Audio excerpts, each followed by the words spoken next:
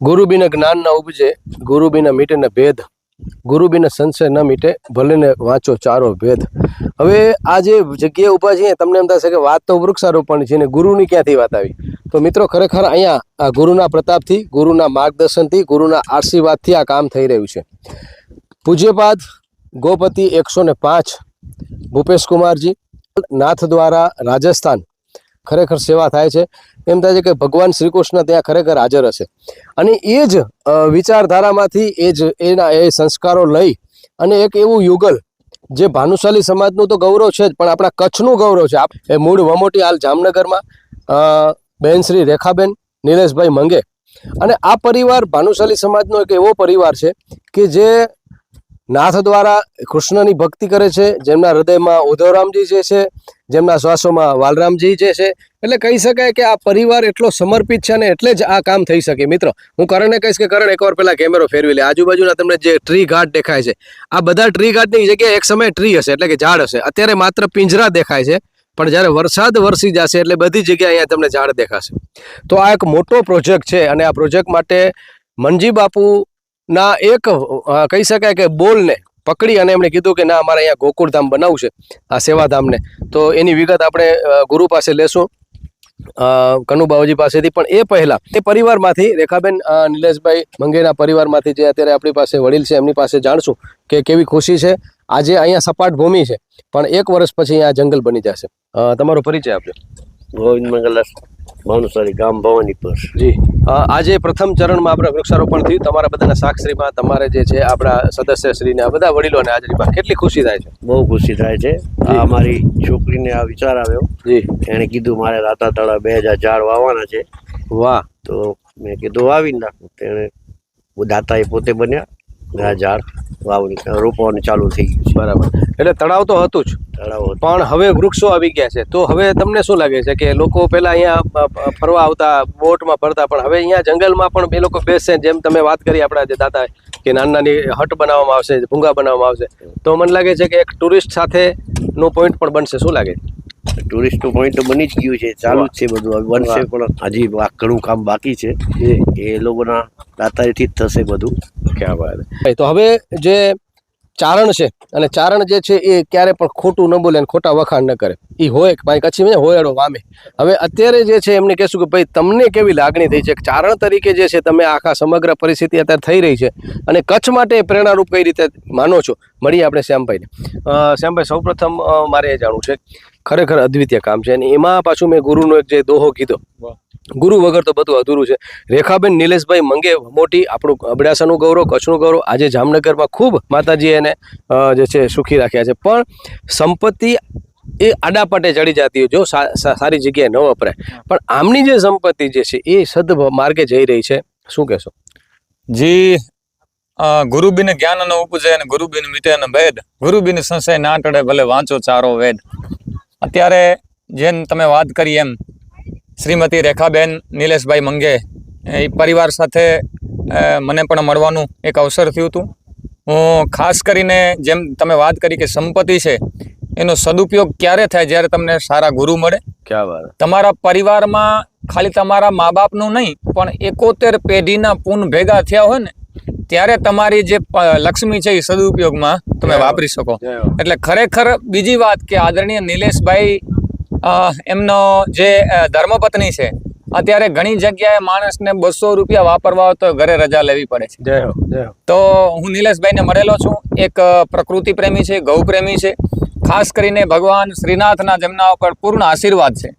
ભગવાન શ્રીનાથની એક એવી સેવા અને ગૌપતિ 105 ભૂપેશ કુમાર વિશાલનાથ જે તમે અત્યારે વાત કરી, તો ગુરુ મહારાજના એવા આશીર્વાદ મળી જાય. નિલેશભાઈએ અહીંયા એક એવી પહેલ લીધી કે જે રાતા તળાવ, એક અત્યારે તો કચ્છમાં આપણે ખાલી નામ આવે ને રાતા તળાવ એટલે ગૌ સેવા મારા તમારા હૃદયમાં આવે કે રાતા તળાવ એટલે ગૌ સેવા અને રાતા તળાવ એટલે મનજી બાપુ. કારણ કે મનજી બાપુ ગૌ સેવા માટે બેગ ધારી લીધું છે અને મનજી બાપુની જે મહેનત એની આ જગ્યા ઉપર જેમનું ભજન છે એમના થકી નિલેશભાઈનો એક એવી પહેલ કે અહીંયા એક એવું આધુનિક ગૌ માતાનું એક ધામ બને કે ભારતભરમાંથી લોકો આવીને રાતા તળાવમાં આવે કે અમને ગૌ સેવા જોવી છે, આ ગૌધામ જોવું છે.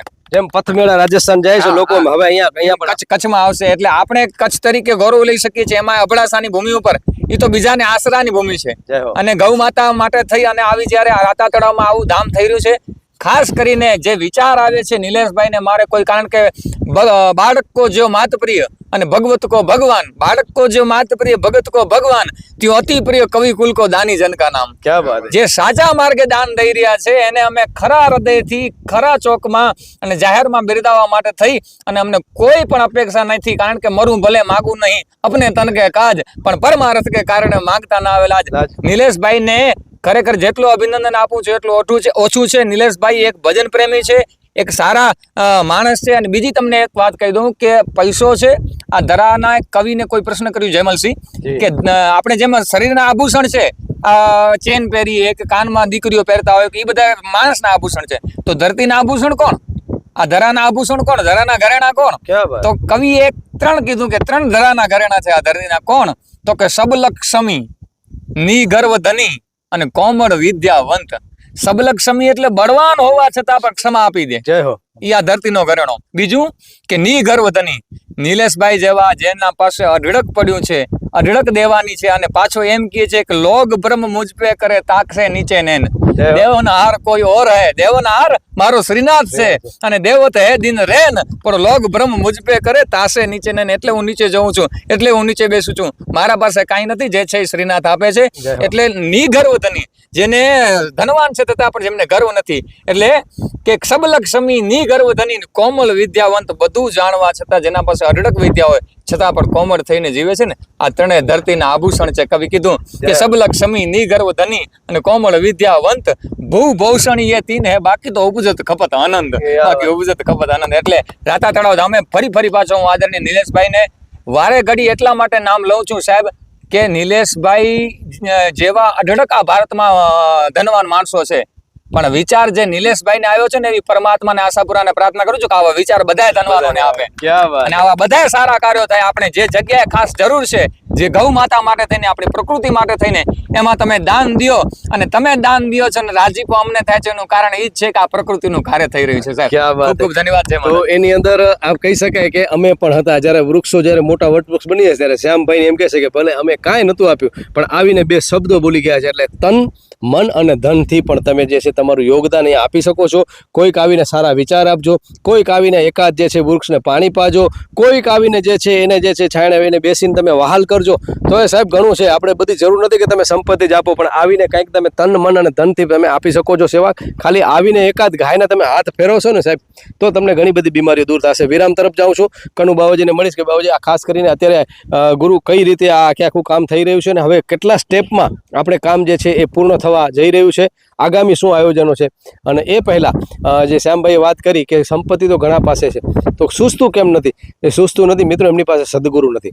તો પૂજ્યપાદ ભૂપેશ કુમારજી જે છે એ ગોપદ 105 આવા જ્યારે સદગુરુ હોય, નાથ દ્વારા જે હોય, તો આવી જગ્યાનો જ્યારે તમારી પાસે સંસર્ગ હશે ને ત્યારે તમને સારા વિચાર આવશે. એટલે હંમેશા સારા લોકોનો સંપર્ક કરવો, એના સાથે બેસવું, અને સદગુરુનો જો આશરો હશે ને તો સંપત્તિ કંઈક વવાશે, બાકી બેંક બેલેન્સ પડી હશે અને આપણે અહીંયાથી રજા લેવાની. હેકડા હાલ્યા બે હલતા ગુરુ ખાસ કરીને કેટલા સ્ટેપમાં અત્યારે જે છે ગોકુળધામ બનાવવાનું સ્વપ્ન છે? બેન શ્રી રેખાબેન નિલેશભાઈ મંગે આ પરિવારને તો લાડ લડાવ્યા છે, ચારણે એક સાહિત્ય તરીકે. ખાસ કરીને તમે એક ગૌ સેવક તરીકે કઈ રીતે બિરદાવો છો એમને, એને કેટલું કામ પૂર્ણ થયું છે?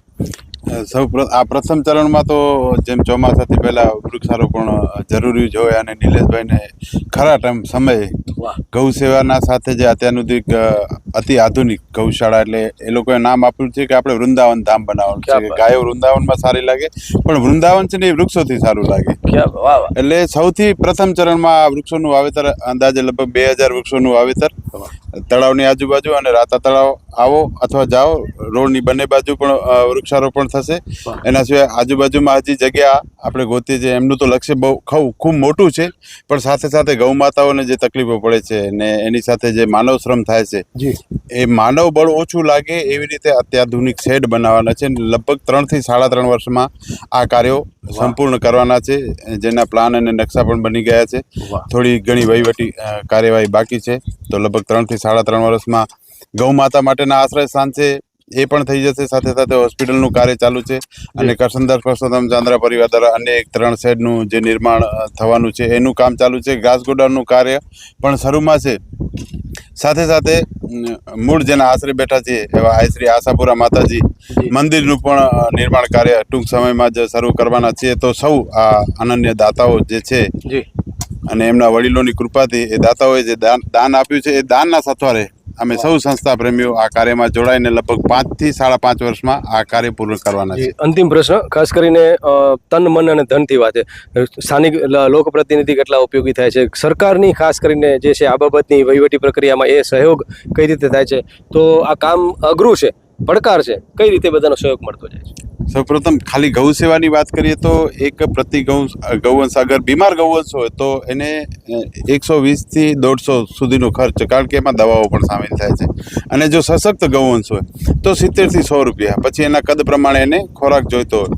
તો એવામાં આજથી 2 વર્ષ પહેલા ગૌ ભક્તો દ્વારા આંદોલનો પણ કરવામાં આવ્યા અને સરકારે સાંભળ્યું. મનજી બાપુની ભૂમિકા બહુ મહત્વની હતી, ગુલાબસિંહ રાજપૂત, ઘણા બધા લોકોની હતી, ઘણા બધા લોકોની, અને શ્યામભાઈ પણ આ કાર્યના સાક્ષી હતા અને આપ સૌ મીડિયા કર્મીઓ સાથે હતા. ત્યારબાદ અંબાજી મંદિર, આબુ અંબાજી, નરેન્દ્ર મોદી સાહેબના સાનિધ્યમાં પ્રથમ પશુ દીઠ એટલે એક ગૌવંશ દીઠ ₹30 રોજના, એવી રીતે ગુજરાત સરકારનો પણ સહયોગ મળવા પામ્યો. હવે જેમ જેમ ગુજરાત સરકારનો સહયોગ થયો તેમ તેમ દાતાઓને વધુ આનંદ થયો.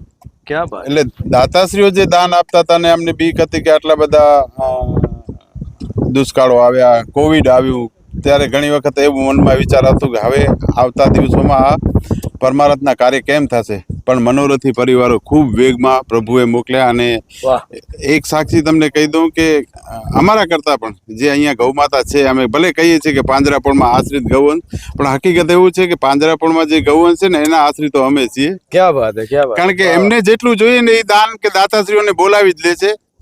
અમને જેટલી શ્રદ્ધાથી ગૌવંશની સેવા કરીએ છીએ ને તો ગૌવંશ માગવા જવા દેતો નથી. જેમ કવિ સાહેબે કીધું ને કે બીજાના માટે માગવું, પણ અત્યારના સમયમાં ગૌ સેવા એવી પરિપૂર્ણ થઈ છે કે હવે માગવાની જરૂર નથી પડતી. માત્ર તમારી શ્રદ્ધા ગૌવંશ પ્રત્યે સાચી હોવી જોઈએ. જય ગૌ માતા. શ્રદ્ધા હોવી જોઈએ, અને શ્રદ્ધા છે જ. અને એટલે જ મનજી બાપુએ જે કીધું ને કે આપણે એક સંત છે કે પગમાં ચપ્પલ નહીં અને જે છે જીવન સમર્પિત કરી, અને મને લાગે છે કે દિવસમાં એ જમતા હશે કે નહીં એ પણ ખબર નથી, કારણ કે એ સવારના ગોવાડ પહોંચે એ પહેલાં તો જે છે એ ગાયોની સંભાળ લેવા માટે પહોંચી જતા હોય છે. તો આ સમર્પણ જે છે એ આ પેઢીમાં આવ્યું છે. અને હવે મેં આવનારી પેઢી જે છે આમાં અનેક છે. વસંતભાઈ જે છે, આ ઘણા બધા, કનૈયાલાલભાઈ છે, અને આ બધા મિત્રોના નામ લેવા જઈએ તો મોટી યાદી બને એમ છે. પણ પડદા પાછળ ઘણા બધા છે જે કોઈ દી કેમેરામાં નહીં આવ્યા, પણ એ પડદા પાછળના જે છે ને એમનો આમાં ખૂબ પસીનો રેડાયો છે મિત્રો. ત્યારે આ ખરેખર કામ થયું છે. ફરી એકવાર ડેસાતા વેસા, બીજો કાંઈ શબ્દો બોલવા નથી, આવી એકવાર લટાર મારી જાજો એટલે તમને થશે કે ખરેખર અહીંયા કંઈક અદ્ભુત કાર્ય થઈ રહ્યું છે. રાતા તળાવ, ભુજથી નલિયા, જે બહારના મારા ગુજરાતના મિત્રો છે એમને હું ખાસ કહી દઉં કે તમે જ્યારે ભુજથી અબડાસા તરફ, નલિયા તરફ જાશો એટલે રાતા તળાવ, કોઈને પણ પૂછો એટલે રાતા તળાવ આવશે. અને ત્યાં કને એક મોટું તળાવ છે જેનો ઐતિહાસિક સ્થાનક છે. આ બધા લોકો સ્થાનિક હોય જ છે હાજર, તમને એની હિસ્ટ્રી પણ કહેશે. માતાજીનું મંદિર છે અને ભજન અને ભોજન છે મિત્રો. એટલે ત્યાં ક્યારે આવશો ને તો તમને ચા પાણી અને ભોજન વગર તમને અહીંયા જવા નહીં મળે. તો એક સરસ મજાનું આયોજન છે. ડેસાતા વેસા આવી અને જોજો. અને ગુજરાતના મિત્રોને કહું છું કે આ ખૂબ એક સરસ અહીંયા જીવદયાનું કામ થઈ રહ્યું છે. આવીને ચોક્કસ નિહાળજો. કરણ વાઘેલા સાથે જયમલસિંહ જાડેજા, મહાસાપુરા ન્યૂઝ, રાતા તળાવ, કચ્છ, ગુજરાત.